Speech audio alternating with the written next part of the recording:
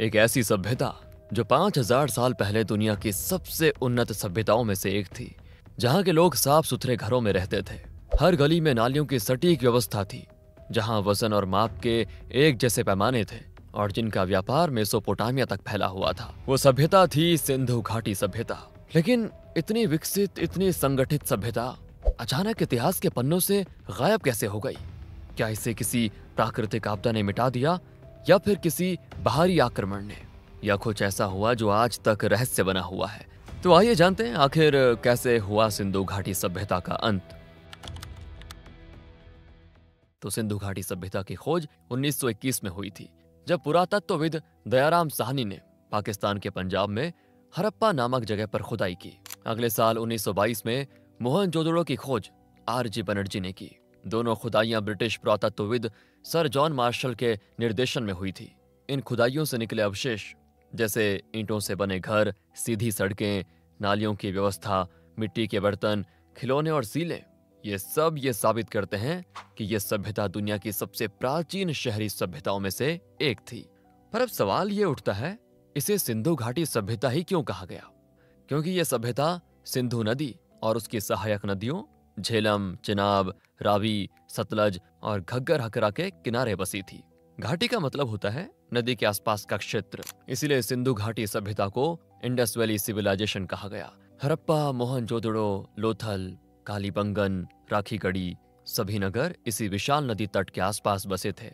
करीब 3300 ईसा पूर्व, जब मिस्र में पिरामिड बन रहे थे और मेसोपोटामिया में राजशाही थी, तब भारत की इस घाटी में एक सभ्यता फल फूल रही थी, जो बिना किसी बड़े राजा या साम्राज्य के भी खुशी से एक साथ मिलजुल कर रहा करते थे। यहाँ के लोग शहरी जीवन जीते थे। सड़कें ग्रिड पैटर्न में थीं, हर घर में नालियां और बाथरूम थे, और ग्रेट बाथ जैसे सार्वजनिक स्नानगार दिखाते हैं कि ये लोग साफ सफाई को बहुत महत्व देते थे। ये सभ्यता शांति, आपसी मेल जोल और व्यापार पर टिकी हुई थी, और यही इसकी सबसे बड़ी ताकत थी। लेकिन इतिहास हमें यह भी सिखाता है कि हर उन्नति के साथ कहीं न कहीं पतन का दौर भी आता है। करीब 1900 ईसा पूर्व के आसपास सिंधु घाटी सभ्यता में बदलाव दिखने लगे। घरों का आकार छोटा होने लगा, सड़कें और नालियां जर्जर हो गई, मिट्टी के बर्तनों की गुणवत्ता घट गई, और लोग धीरे धीरे शहरों से गांव की ओर पलायन करने लगे। इतिहासकारों और वैज्ञानिकों ने इस पतन के पीछे कई कारण बताए हैं। आइए एक एक करके समझते हैं उनको। सबसे पहला आता है जलवायु परिवर्तन। यह अब तक का सबसे मजबूत और वैज्ञानिक कारण माना जाता है। कई पुरातत्व और भूविज्ञान रिपोर्टों के अनुसार लगभग 2000 ईसा पूर्व के बाद इस क्षेत्र का मौसम अचानक सूखा और गर्म होने लगा। बारिश कम हो गई, जिससे नदियां जैसे सरस्वती और घग्गर हकरा सूखने लगी। जहां कभी हरे भरे खेत रहते थे, वहां धीरे धीरे रेगिस्तान फैलने लगा। खेती ठप हो गई, पानी की कमी बढ़ी, और लोगों को अपने शहर छोड़कर पूर्व की तरफ पलायन करना पड़ा, जहां बाद में गंगा घाटी सभ्यता का उदय हुआ।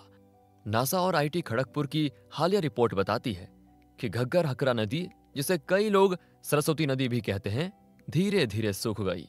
और यही इस सभ्यता की रीढ़ थी। नदियों का सूखना मतलब पानी की कमी, व्यापार बंद, और फिर लोगों को मजबूर होकर पलायन करना पड़ा। यानी यह सभ्यता कुदरत की बेरुखी से लड़ नहीं पाई। दूसरी थ्योरी है आर्य आक्रमण। 19वीं सदी में कुछ ब्रिटिश इतिहासकारों ने कहा कि आर्य एशिया से भारत आए और उन्होंने हड़प्पा सभ्यता पर हमला किया। कंकालों के सिर पर पाए गए घावों को इसका सबूत बताया गया। लेकिन बाद में वैज्ञानिकों ने साबित किया कि वो विनाश डिकम्पोजिशन के कारण बने थे, न कि किसी युद्ध से। इसके अलावा ना तो बड़े हथियार मिले, ना ही नरसंहार के कोई प्रमाण। इसीलिए आज के इतिहासकार मानते हैं कि आर्य आक्रमण वाली थ्योरी ज्यादा राजनीतिक थी, वैज्ञानिक नहीं। तीसरी थ्योरी है प्राकृतिक आपदाएं।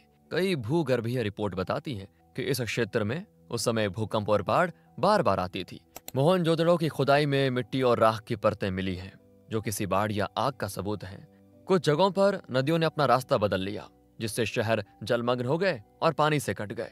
इस तरह कुदरत ने धीरे धीरे इस सभ्यता को मिटा दिया। जब पानी और संसाधन खत्म होने लगे, तो लोगों ने अपने नगर छोड़ दिए और गंगा घाटी की ओर बढ़ने लगे। वहीं आगे चलकर वैदिक सभ्यता का उदय हुआ। यानी हड़प्पा के लोग पूरी तरह से खत्म नहीं हुए, बल्कि उन्होंने नए माहौल में खुद को ढाल लिया। आज भी भारतीय गांवों की योजना, मिट्टी के बर्तन, कारीगरी और माप तौल की परंपरा सिंधु घाटी सभ्यता से जुड़ी दिखाई देती है। हाल के सालों में राखीगढ़ी हरियाणा और धोलावीरा गुजरात की खुदाई ने नई बातें उजागर की हैं।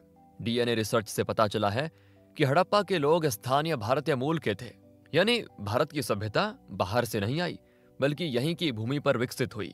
और इस खोज ने आर्य बाहर से आए वाले विचार को भी और भी कमजोर कर दिया। अब कई इतिहासकार मानते हैं कि सिंधु घाटी सभ्यता का अंत नहीं हुआ बल्कि उसने रूप बदल लिया। उसकी परंपराएं, सोच और ज्ञान वैदिक सभ्यता में समा गए। इसीलिए सिंधु घाटी की कहानी सिर्फ पतन की नहीं बल्कि परिवर्तन की कहानी है। तो दोस्तों, अब आप किसी पुराने मिट्टी के बर्तन या किसी प्राचीन स्थल की तस्वीरें देखें तो याद रखिए, वो सिर्फ मिट्टी नहीं है, वो हमारी सभ्यता का गर्व है। वो याद दिलाती है कि समय बदलता है पर सभ्यताएं कभी पूरी तरह मिटती नहीं, वो बस नया रूप ले लेती हैं। अगर आपको ये वीडियो जानकारी पूर्ण लगा हो तो लाइक करें, शेयर करें और चैनल ऑल द न्यूज को सब्सक्राइब करना ना भूलें, क्योंकि अगली बार हम फिर मिलेंगे इतिहास की एक और भूले हुए रहस्य की सच्ची कहानी के साथ। तब तक के लिए गुड बाय।